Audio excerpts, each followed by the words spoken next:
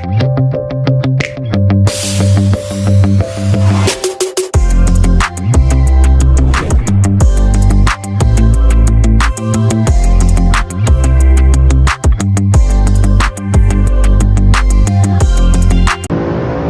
boleh Om Dance memberikan saran perihal reference check, seharusnya perusahaan tidak menjadikan titik atau tolak titik ukur penilaian secara keseluruhan bahwa jika mendapatkan reference check semata-mata the employee atau the candidate itu sendiri tidak qualified atau percaya berdasarkan satu belah pihak. Seharusnya harus bisa memilah-milih bagaimana credibility seseorang untuk bisa dipercaya atau tidak dalam melamar ke perusahaan Anda. Ya tentunya kita sebagai penerima karyawan harus memang punya insting dan penilaian yang objektif terhadap kandidat-kandidat kita.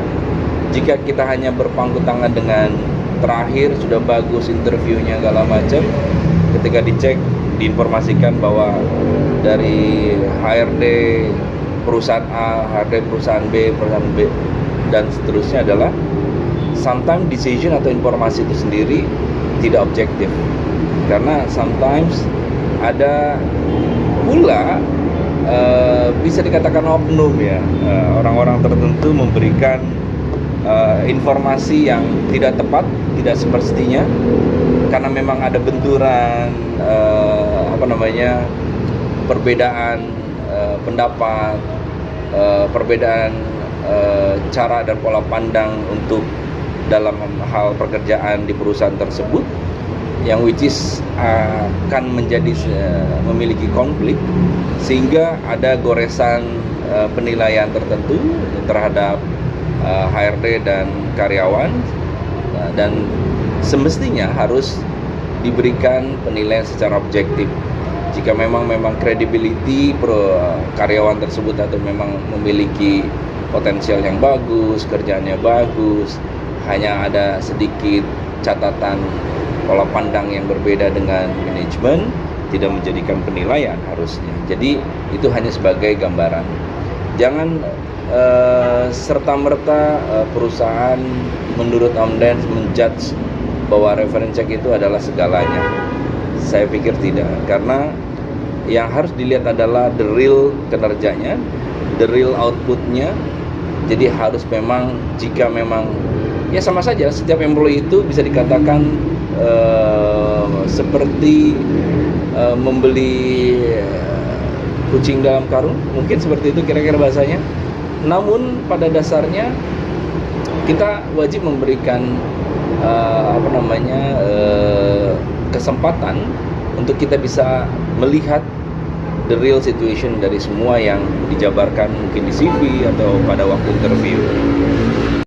Namun dalam proses reference check, hal-hal yang sangat krusial yang memang bisa kita ambil bahwa untuk menjadikan keputusan, jika Anda mendengar dari perusahaan A, B, dan C, seseorang ini telah melakukan tindakan kriminal atau hal-hal yang memang negatif, memiliki perilaku yang tidak baik, ataupun memiliki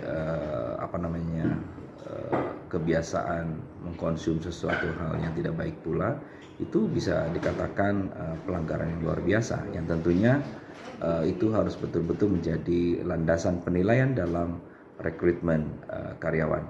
Jadi pada dasarnya pagi kali ini adalah Om Dan ingin berbagi, siapapun perusahaan yang memang mencari seseorang, Om Dan berpesan jangan menjadikan 100% reference check itu menjadi tolak ukur untuk bisa diambil atau tidaknya, menjadi keputusan atau tidaknya.